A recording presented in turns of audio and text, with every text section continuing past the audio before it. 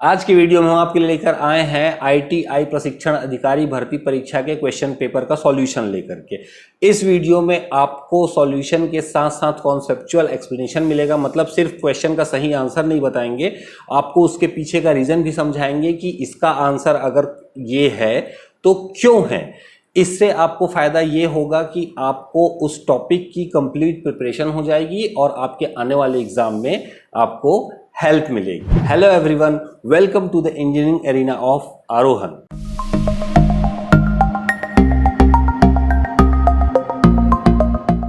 ये वीडियो आपके लिए लंबी ना हो जाए, इसके लिए हमने इस वीडियो को 4 पार्ट में डिवाइड किया हुआ है। ये पूरा क्वेश्चन पेपर का सॉल्यूशन आपको 4 पार्ट में मिलने वाला है, तो इसके लिए आप हमारे चैनल को तुरंत सब्सक्राइब कर लीजिए ताकि आपको वीडियोस खोजने में किसी तरीके की परेशानी ना हो। साथ ही आप अगर इस क्वेश्चन पेपर को पीडीएफ फॉर्मेट में डाउनलोड करना चाहते हैं तो उसके लिए आप डाउनलोड कर लीजिए हमारा ऐप, लिंक आपको नीचे डिस्क्रिप्शन में मिल जाएगा। हमारे ऐप में फ्री ऑफ कॉस्ट में आपको फ्री स्टडी मटेरियल सेक्शन के अंतर्गत ये क्वेश्चन पेपर मिल जाएगा, आप वहां से इसको डाउनलोड कर सकते हैं। उसके अलावा हमारे ऐप में आपको अलग अलग सब्जेक्ट के फ्री टेस्ट भी मिलेंगे जो आपके फर्दर एग्जामिनेशन की प्रिपरेशन में हेल्प करेगा। तो हमारा ऐप डाउनलोड करना आपके लिए एक विन विन सिचुएशन देता है, तो लिंक डिस्क्रिप्शन में है, डाउनलोड जरूर कर लीजिए। कंपटीशन एग्जाम्स की तैयारी के लिए आप लोगों को जिन भी तरीके के रिसोर्सेज की रिक्वायरमेंट है, आपको लगता है कि आपको एक पर्टिकुलर ये चीज़ चाहिए, कोई कोर्स चाहिए, स्टडी मटेरियल चाहिए, टेस्ट सीरीज चाहिए, कोई वीडियो कोर्स चाहिए आपको, तो आप हमको हमारे कमेंट सेक्शन में ज़रूर बताइएगा। हम कोशिश करेंगे कि आपके लिए जो ज़रूरत आपको महसूस हो रही है वो हम आपको प्रोवाइड कर सकें। आगे इस क्वेश्चन पेपर के सॉल्यूशन के लिए आपको अंजुल सर की आवाज़ सुनाई पड़ने वाली है, तो चलिए सीधे चलते हैं क्वेश्चन पेपर की तरफ। Question number 1, what is unit of luminous flux? चमकदार प्रवाह की इकाई क्या है? Lux, lumen, candela, lumen per square metre. Okay, so this is basically a conceptual based question. So इस क्वेश्चन का जो आंसर है वो होना चाहिए lumen. Question number 2, what is similar term in magnetic circuit for conductance in electric circuit? विद्युत परिपथ में चालकता के लिए चुंबकीय सर्किट में समान शब्द क्या है?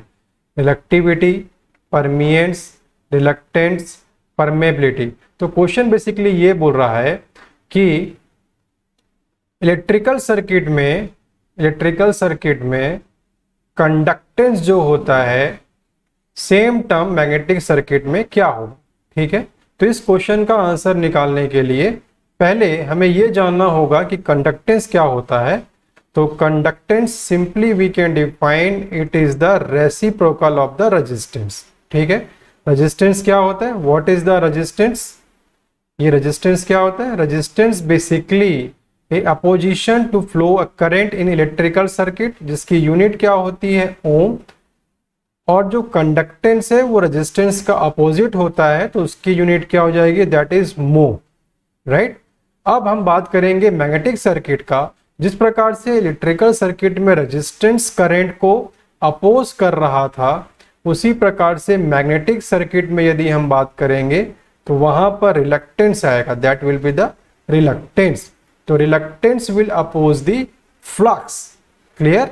और हमें क्या निकालना है? 1 by reluctance, so that will be equal to the permeance. ठीक है, तो इस क्वेश्चन का जो आंसर होगा दैट विल बी द परमिएंस।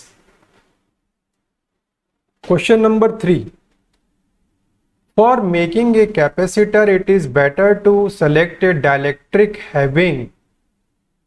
एक संधारित्र बनाने के लिए एक डाई इलेक्ट्रिक पदार्थ का चयन करना बेहतर होता है जिसकी low permittivity, high permittivity, permittivity same as that of air, permittivity more than that of air. Clear? तो अब यहां पर देखिए क्वेश्चन बेसिकली ये बोल रहा है कि फॉर मेकिंग ए कैपेसिटर, कोई कैपेसिटर को बनाते हैं जब, तो उस समय जो डाइलेक्ट्रिक की जो वैल्यू है वो क्या होनी चाहिए। ठीक है, क्लियर? तो यदि हम कैपेसिटेंस के इक्वेशन से देखें, जो उसका एक बेसिक फार्मूला हमको मालूम है, that will be the epsilon A by D.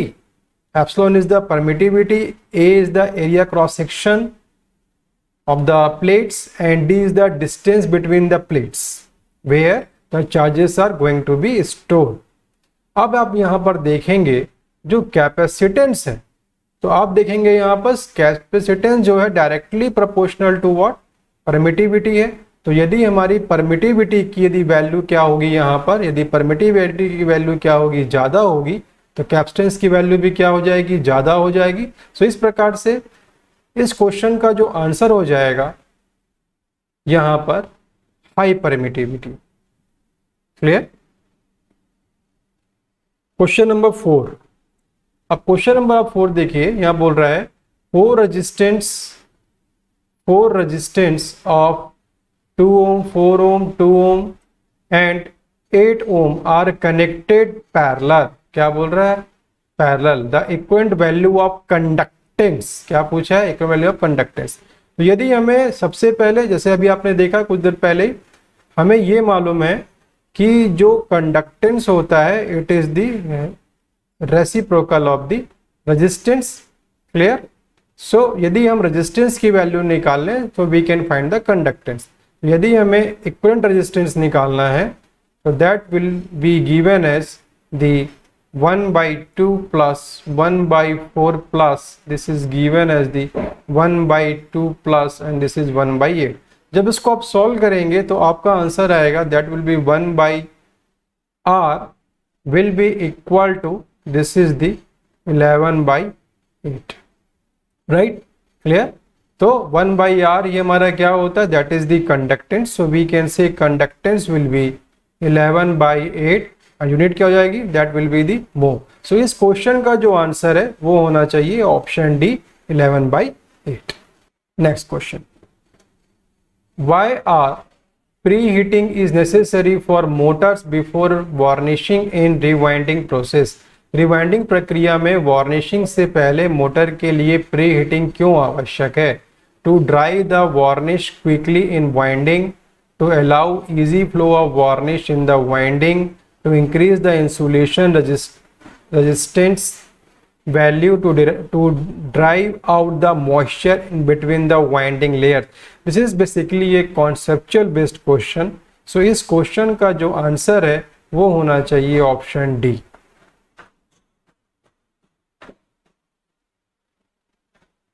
Question number 6. Color bands for 1.5 ohm resistor will be। 1.5 ohm resistor के लिए कलर बैंड की वैल्यू हमें फाइंड आउट यहाँ पर करनी है। ठीक है। तो बेसिकली इस प्रॉब्लम को यदि हम देखें यहाँ पर, तो इसको सॉल्व करने के लिए जो हमारा रेजिस्टेंस का जो कलर बैंड होता है, यदि वो कॉन्सेप्ट हमें क्लियर है तो easily we can solve this problem. तो अब आप देखेंगे यहाँ पर जो वैल्यू दी हुई है दैट इज दी 1.5 ओम। इसको यदि मैं डिस्क्राइब करूँ इस फैशन में, so I can write 1.15 into this is given as 0.1। Right. तो अब यहाँ पर से देखेंगे कलर बैंड के लिए जो हमारा एक ट्रिक होता है that is the BB Roy of great Britain has a very good wife. Right. तो अभी आप देखें यहाँ पर जो फर्स्ट टर्म जो हमारा है, जो फर्स्ट हमारा जो डिजिट होगा that is 1। So basically this resolve to 0, this will resolve to 1। So this is the given for black, this is for brown. तो हमारा क्या हो जाएगा, जो फर्स्ट जो हमारा आएगा that is the brown, that is the brown. Next यदि हम बात करें तो 5 दिया 0 1 2 3 4 and 5। So this will be given as for G means हो जाएगा green. So this will be given as G for this will be the green. Right. And next will go for 0.1 multiplier. ठीक है। तो वो क्या हो जाएगा, that is for the gold, that is for the gold.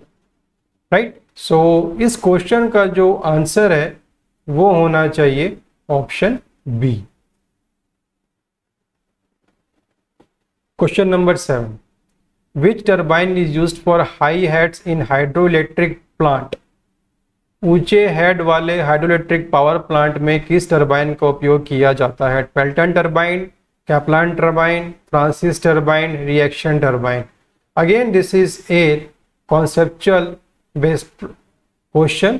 तो यहाँ पर बात हो रही है हाइड्रो पावर प्लांट की और बात हो रही है टरबाइन की, और जो मेन कंसर्न है वो हेड, मतलब यहाँ पर क्वेश्चन बोल रहा है कि जब हम बहुत ज़्यादा ऊंचाई से जब हम वहाँ पर पानी को डिस्ट्रीब्यूट करते हैं, उसको रिलीज करेंगे, तो हाइड्रो पावर प्लांट में टरबाइन को रन करने के लिए जो टरबाइन हम वहाँ पे लगाएंगे बेसिकली इस हाई हेड वाटर डिस्चार्ज के लिए, तो टरबाइन कौन सा होगा? तो यदि हम इसके थ्योरी में जाएं तो थोड़ा सा हमको बेसिक से मालूम होना चाहिए कि if we are going for low head, तो लो हेड के लिए हम यूज करेंगे कैप्लान टरबाइन। यदि हम बात करेंगे मीडियम हेड तो हम जाएंगे फ्रांसिस टरबाइन के साथ, और यदि हमें जाना है हाई हेड तो हमें यूज करना होगा पेल्टन। ठीक है, कुछ यदि मैं रेंजेस के बारे में बात करूं तो low head we can goes up to something about less than of 15 metre, medium head we can goes to 15 to 270 meter, and beyond of 270 meter will go for the Pelton turbine। ठीक है, also I can say Pelton turbine जो होगा वो high head के साथ साथ लो speed के लिए भी हम इसको यूज करेंगे। तो इस क्वेश्चन का जो आंसर होना चाहिए वो होना चाहिए option A, Pelton turbine. Question number 8, which type of single phase motor is used for hard disk drives? Hard disk drives के लिए किस प्रकार की सिंगल फेज मोटर का उपयोग किया जाता है? Stepper motor, repulsion motor, hysteresis motor, इलेक्ट्रेंस motor. This is again a theory based question. Hard disk drives basically we can say हम ये बोल सकते हैं कि डिफरेंट जो कंप्यूटर्स हैं, सिस्टम्स हैं, वहाँ पर ये होता है। तो बेसिकली आप यदि गौर करेंगे वहाँ पर, तो जो हमारा ऑपरेशन होता है उसके लिए जो रिक्वायर्ड मोटर होता है that is the stepper motor. So इस क्वेश्चन का जो आंसर है वो होना चाहिए option A, stepper motor. Question number 9, what happens to the terminal voltage of cell if load increases? अब यहाँ बात हो रही है कि भार बढ़ने पर सेल के सिरों के वोल्टेज में क्या होगा? Increase, decrease, falls to zero, remain same. अब यदि जो हमारा सेल है, ठीक है, यदि हम यहाँ पर देखें प्लस एंड माइनस, क्लियर, मान लीजिए ये सेल है, तो अब यहाँ पर कोई भी लोड लगाया जाता है और लोड मान लीजिए कि वेरिएबल है एज पर द क्वेश्चन। तो what happens to terminal voltage of a cell if load increases? तो यदि लोड की वैल्यू क्या होगी? इंक्रीज होगी, तो जो टर्मिनल वोल्टेज होगा, जो टर्मिनल वोल्टेज होगा इस सेल का, वो भी क्या हो जाएगा? That will down. सो इस क्वेश्चन का जो आंसर है वो होना चाहिए ऑप्शन बी।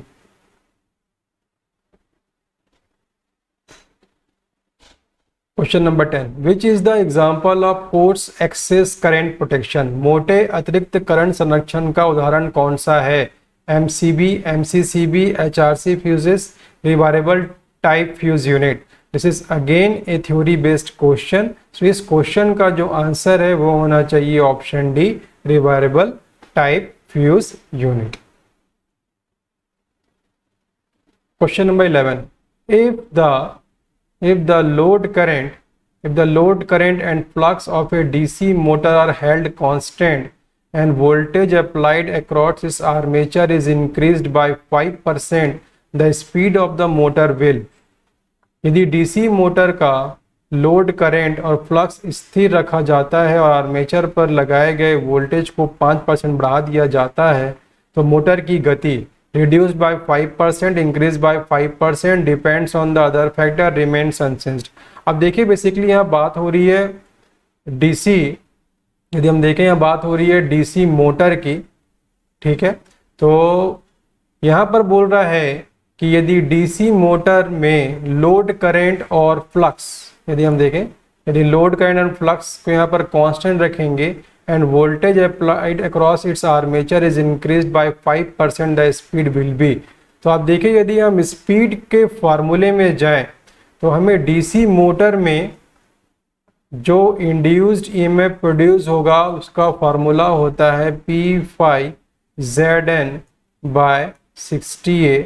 तो यहाँ पर से नंबर ऑफ पोल्स जो हैं that will remain constant, armature conductors will remain constant, number of parallel path will remain fixed. So यहाँ पर से जो स्पीड है आप देखेंगे that will be proportional to the induced EMF and inversely proportional to the flux. Clear? अब now see here question में क्या बोल रहा है यहाँ पर, load current and flux of DC motor are held constant.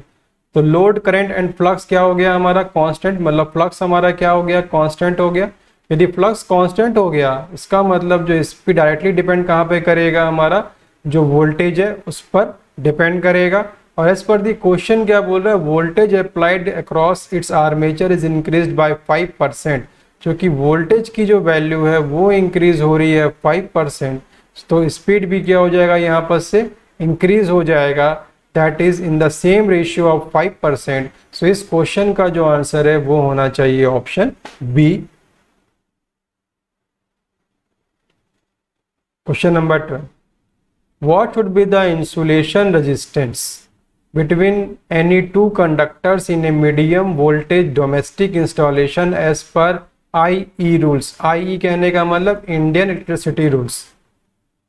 IE के नियमों के अनुसार मध्यम वोल्टेज घरेलू इंस्टॉलेशन में कि दो चालकों के बीच इंसुलेशन प्रतिरोध क्या है, infinity, more than 1 mega ohm, more than 2 ohm, more than 3 mega ohm. So इस क्वेश्चन का जो आंसर है वो होना चाहिए option B, more than 1 mega ohm. Question number 13. What will be the speed of DC shunt motor if field winding gets open circuited? एक DC shunt motor की गति कितनी होगी यदि उसका फील्ड वाइंडिंग ओपन सर्किट हो जाए। Stop running, run at very slow speed, run at very high speed, motor will run normally. देखिए बेसिकली इस क्वेश्चन में बात हो रही है डीसी शंट मोटर की। किसके बारे में बात हो रहा है, डीसी शंट मोटर के बारे में बात हो रहा है। एंड इफ इस field winding its gets open circuited, ठीक है। तो अब आप देखें यहाँ पर जैसे कि स्पीड जो होगा that will be inversely proportional to the flux, ठीक, क्लियर। अब आप देखें यहाँ पर कि यदि फील्ड वाइंडिंग इसका ओपन हो जाएगा, फील्ड वाइंडिंग ओपन होने का मतलब कि जो फील्ड करंट होगा that will be the zero, and also you can say the flux produced is also will be zero. So that will take this DC shunt motor to a very high speed. So इस question का जो answer होना चाहिए that will be the option C.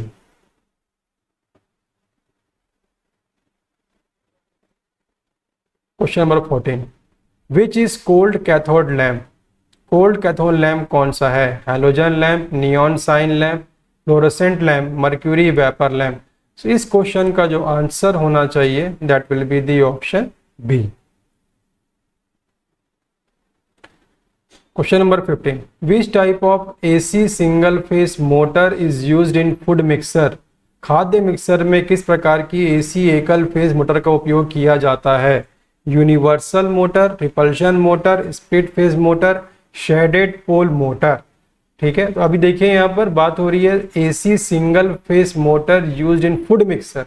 तो जो food mixer में use करने के लिए हमें किस प्रकार की मोटर की आवश्यकता होगी, तो बेसिकली ये जो हमारा एप्लीकेशन है फूड मिक्सर, इसमें हमारी जो रिक्वायरमेंट होगी दैट विल बी जो टॉर्क है वो ज़्यादा होना चाहिए और जो स्पीड है वो भी ज़्यादा होना चाहिए, और ये दोनों ही जो required characteristics that will be fulfilled by the universal motor. So इस क्वेश्चन का जो आंसर होना चाहिए वो है option A. Question number 16. which of the following solution is used for refining of gold?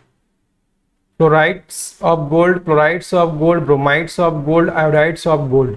निम्नलिखित में से किस विलयन का उपयोग सोने के शोधन के लिए किया जाता है? अब यहाँ पर जो क्वेश्चन में बोल रहा है वो ये बोल रहा है कि गोल्ड, ठीक है, गोल्ड को रिफाइन करने के लिए हमें किस सॉल्यूशन की रिक्वायरमेंट होगी, राइट। अब यहाँ पर आप देखिए, यदि थोड़ा सा हम इसके कॉन्सेप्चुअल थ्योरी पे जाएंगे तो एज पर दी मिलर प्रोसेस हम ये बोल सकते हैं कि impurities present in gold combined with gaseous solution, right? So the impure gold is therefore melted and gaseous chlorine is blown into the resulting liquid. Basically ये जो हमारा impurities होता है गोल्ड में, वो जो होता है that is the combination of gaseous, हम बोल सकते हैं that is the combination of gaseous chlorine, that is the combination of gaseous chlorine. तो जब हम इसको प्योरिफिकेशन के लिए जाते हैं तो जो क्लोराइड कंपाउंड होंगे वो क्या हो जाएंगे, that will be separated into layer of the surface. तो बेसिकली यहाँ पर जो हम रिफाइनिंग के लिए गोल्ड को यूज करेंगे as per the Miller process, तो जो उसका आंसर होना चाहिए that will be option B, chlorides of gold.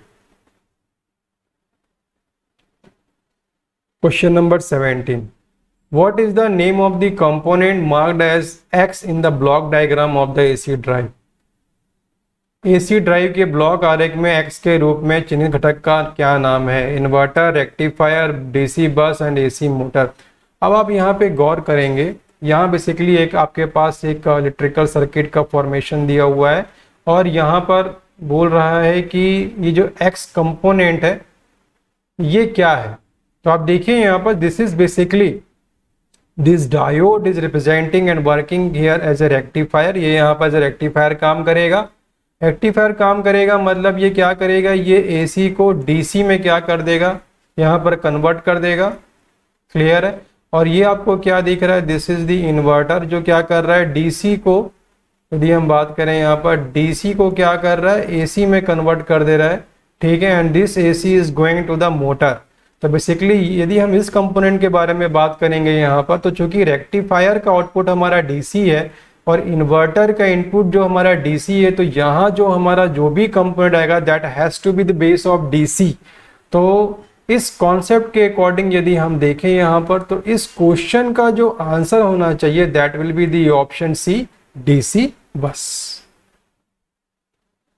Question number 18. Which conductors are used for distribution lines? वितरण लाइनों के लिए कौन से कंडक्टर का उपयोग किया जाता है? Insulated conductors, insulated solid conductors, bare conductors, two core cable. अब यदि आप देखिए यहाँ क्वेश्चन पूछ रहा है कि डिस्ट्रीब्यूशन लाइन के लिए बेसिकली जो डिस्ट्रीब्यूशन लाइन है इसके लिए बेसिकली हम कौन से प्रकार का कंडक्टर यूज करेंगे. तो अभी आप यदि प्रैक्टिकल सिनेरियो से देखेंगे तो आजकल बहुत सारे जहाँ पर बहुत ज़्यादा डेंस एरिया होता है, बहुत घनी आबादी होती है, यहाँ पर हमारी हुकिंग की प्रोबेबिलिटी यदि हम बात करें, जो बिजली चोरी की जो संभावनाएं बहुत ज़्यादा होती है, तो वहाँ पर बेसिकली हम ऐसे कंडक्टर यूज़ करते हैं जिसमें इंसुलेशन प्रोवाइड किया गया हो ताकि हुकिंग की जो सिस्टम है वो हम कम कर सकें. लेकिन इसका जो रेशियो है वो बहुत कम होता है. मैक्सिमम यदि आप देखेंगे जो डिस्ट्रीब्यूशन लाइंस हैं उसमें आपको बेयर कंडक्टर ही आपको प्रोवाइड होंगे. तो इस क्वेश्चन का जो आंसर होना चाहिए that should be option C, bare conductors. Question number 19. The phenomenon of perfect diamagnetism is called? पूर्ण प्रतिचुंबकत्व की एक परिघटना कहलाती है. Superconductivity, diamagnetism, zero kelvin effect, Meissner effect. Again this is the theory based question. इस question का directly जो आंसर होना चाहिए that will be the superconductivity which will provide the perfect diamagnetism. Question number 20. What is the function of transistor if emitter to base emitter to base and collector to base are reversed bias. एक transistor का कार्य क्या है यदि ammeter से base और collector से base reverse biased है? Act as a close switch, act as an open switch, act as an amplifier, act as an oscillator. अब आप देखें यहाँ पर यदि हम बात करें इमीटर बेस और यदि हम बात करें कलेक्टर एंड बेस, ठीक है, क्लियर है। अब यदि इमीटर बेस हमारा फॉरवर्ड बायस है, कलेक्टर बेस हमारा रिवर्स बायस है, इस कंडीशन पर ट्रांजिस्टर जो होगा बेसिकली काम करेगा एज ए एम्पलीफायर, आप बोल सकते हैं यहाँ पर, क्लियर है, एक्टिव रीजन में काम करेगा, ऐसा हम यहाँ पर उसको डिफाइन कर सकते हैं। यदि हमारा इमीटर बेस फॉरवर्ड बायस है और कलेक्टर बेस भी हमारा फॉरवर्ड बायस है, इस कंडीशन पर हमारा जो ट्रांजिस्टर है ये काम करेगा सैचुरेशन रीजन पर, फर्स्ट केस में काम करेगा एक्टिव रीजन पर, क्लियर है। और यदि दोनों ही रिवर्स बायस हो जाते हैं इमीटर बेस और कलेक्टर बेस, इस कंडीशन पर ये कट ऑफ रीजन में काम करेगा, ठीक है। और यदि तो आप यहाँ पर ये देख सकते हैं कि जो क्वेश्चन में यहाँ पूछ रहा है, क्वेश्चन में क्या बोल रहा है यहाँ पर, इमीटर टू बेस हमारा रिवर्स बायस और कलेक्टर टू बेस हमारा क्या हो गया, ये भी रिवर्स बायस यहाँ पर से हो गया है। तो इस कंडीशन पर जो हमारा ये ट्रांजिस्टर है it will work as an open circuit. तो इस क्वेश्चन का जो आंसर है वो होना चाहिए हमारा option B, act as an open circuit. Question number 21, what is the unit of magnetic motive force? चुंबकीय वाहक बल की इकाई क्या है? Ampere per square metre, ampere metre, ampere turns, ampere per turns. So basically यहाँ पर बात हो रही है एमएमएफ की, मैग्नेटिक मोटिव फोर्स। सिंपली यदि हम डिफाइन करें तो हम डिफाइन करते हैं फ्लक्स इक्वल टू क्या होता है हमारा एमएमएफ बाय रिलक्टेंस। एमएमएफ को यदि हम डिफाइन करेंगे, MMF will be given as the N into I, number of turns into current. Current की यूनिट हमारी हो जाएगी ampere, number of turns we can define as the turns. So इस question का जो आंसर होना चाहिए that will be the option C, ampere turns.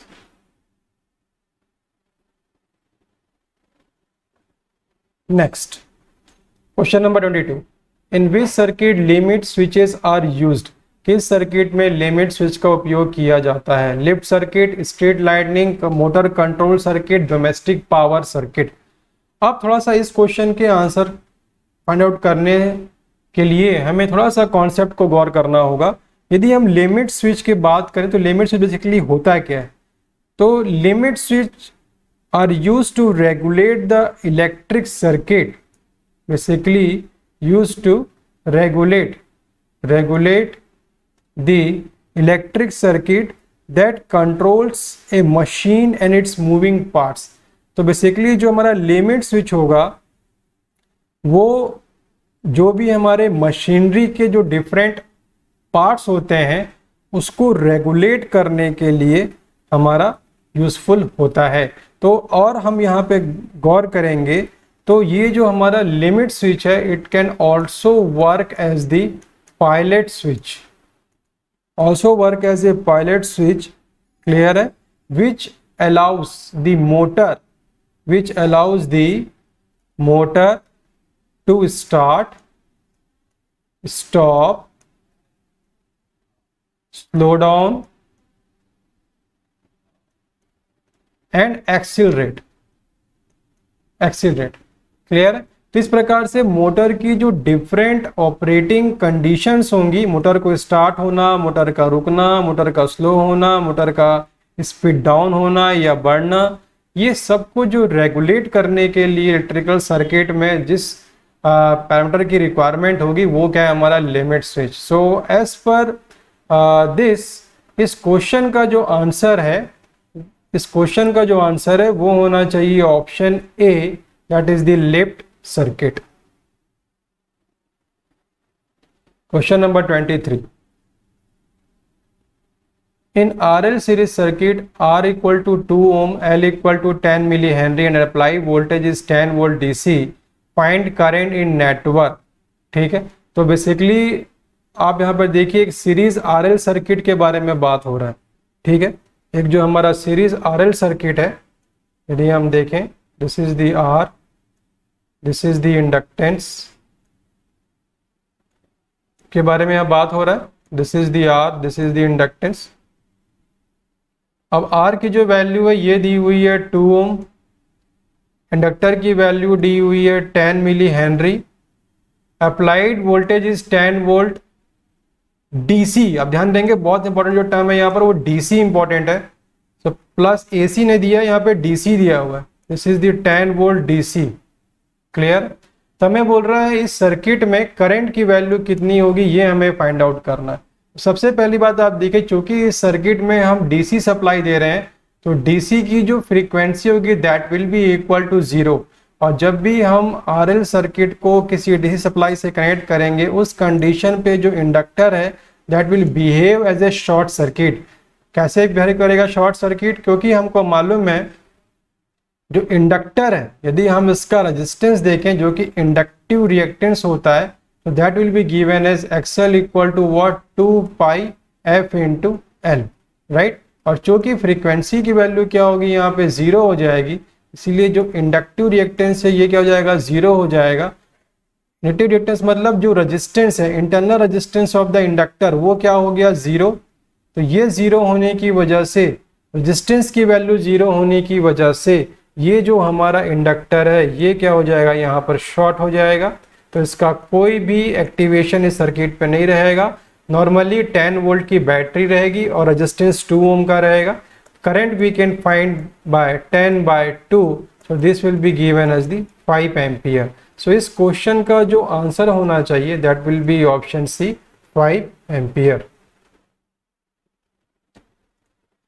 Question number 24, what is the output DC voltage in half wave rectifier if the input AC voltage is 20 volt RMS?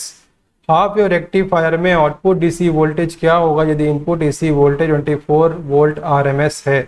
24 volt, 12 volt, 10.8 volt, 99.6 volt. अब आप देखिए इस question में basically बोल रहा है what is the output DC voltage. हमें निकालना है output DC voltage in half wave rectifier if the input AC voltage is 24 volt RMS। तो यदि हम बात करेंगे यहाँ पर हमें फाइंड आउट करना है output DC voltage. Clear. Output DC voltage in half wave rectifier, half wave rectifier के बारे में बात हो रहा है। क्लियर है। उसका फॉर्मूला क्या होगा, formula will be given as the VM by pi। अब यहाँ पर हमको देखना है कि Vm की वैल्यू हमारे इस क्वेश्चन में Vrms दिया हुआ है, हमें इस क्वेश्चन में RMS वैल्यू दिया है दैट इज दी 24 और Vrms इक्वल टू हमको मालूम है that is given as the Vm by √2। So Vm की वैल्यू क्या होगी that will be the 24 into this will be the √2। Clear. इस Vm की वैल्यू को आप यहाँ पर पुट करेंगे, this will be given as the 24 into √2 divide by pi। जब इसको हम सॉल्व करेंगे so this will come around 10.8 volt. So इस क्वेश्चन का जो आंसर है वो होना चाहिए option C 10.8 volt. Question number 25, an elevator drive operates in first quadrant only, 2 quadrant only, 3 quadrant only, 4 quadrant only। So this is again a good conceptual question जो इसका answer होना चाहिए that will be the option D 4 quadrants। इस question paper का PDF download करने के लिए मैंने आपको बताया था कि आप हमारे ऐप से डाउनलोड कर सकते हैं। ऐप का लिंक आपको नीचे डिस्क्रिप्शन में मिलेगा। ऐप के अंदर आपको फ्री स्टडी मटेरियल के अंतर्गत क्वेश्चन पेपर के साथ साथ में वीडियो लेक्चर्स भी फ्री बहुत सारे अवेलेबल है, साथ ही फ्री टेस्ट सीरीज भी अवेलेबल है। उनका भी लिंक, बहुत सारे सब्जेक्ट हैं, अलग अलग सब्जेक्ट के फ्री टेस्ट हमारे ऐप के ऊपर अवेलेबल है, उनका भी लिंक मैं आपको नीचे डिस्क्रिप्शन में और कमेंट सेक्शन में दे दिया हूं, तो वो आप देखना भूलिएगा मत। इस वीडियो का अगला पार्ट देखने के लिए आप यहां पे क्लिक कर लीजिएगा और अपना फीडबैक, अपना सुझाव देना मत भूलिएगा। आपको किस तरीके की मटेरियल, स्टडी मटेरियल या कंटेंट की रिक्वायरमेंट है, आप हमें कमेंट सेक्शन में जरूर बताइए। Thank you for watching, hope to see in our next video. Till then take care guys.